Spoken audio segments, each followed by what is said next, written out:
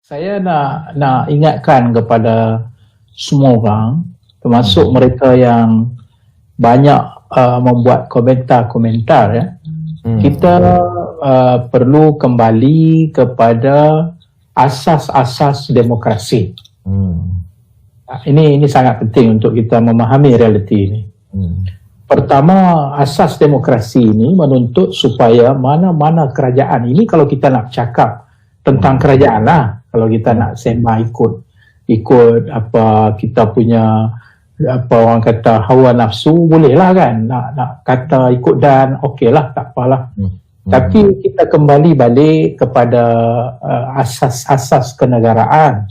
Apabila sesebuah kerajaan itu terbentuk, sama ada dia terbentuk secara pilihan raya umum yang akhirnya memberikannya majoriti untuk memerintah, ataupun apa yang berlaku secara tidak normal dalam bagaimana Perikatan Nasional muncul sebagai sebuah kerajaan pada hari ini, suka atau tidak suka, keabsahan ataupun legitimasi kerajaan itu sangat-sangat menjadi satu perkara yang perlu atau necessity. Maka dalam rangka itulah kita berbicara tentang angka.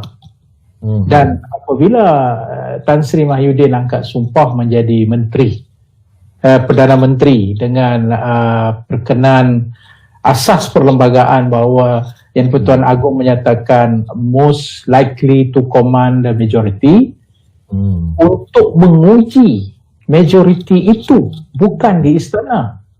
Untuk menguji majoriti itu perlu dibuat di parlimen. Ahli parlimen yang kemudian menentukan betul atau tidak dia punya majoriti yang dimaksudkan. Bila kita bercakap bab ini, Saudara Harun Nizam, kita bukan berpolitik. Kita bercakap tentang asas-asas sebuah demokrasi yang kita pilih sebagai jalan kita.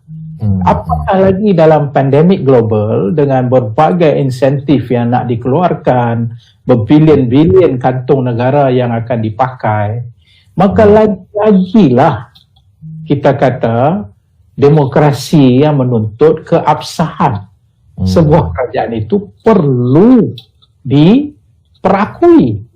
Bukan soal politik. Saya bagi satu lagi contoh. Kenapa apabila di Perak, di Kedah, di Johor berlaku satu apa kita kata pertukaran kerajaan yang bersandarkan kepada angka, yang bersandarkan kepada hari ini dia kata Perikatan Nasional yang kuasai. Maka bila kita bercakap bab itu di peringkat federal, mereka kata ini politik pula. Tapi di peringkat negeri yang pakai kaedah yang sama, tak apa pula. Jadi inilah isu-isu.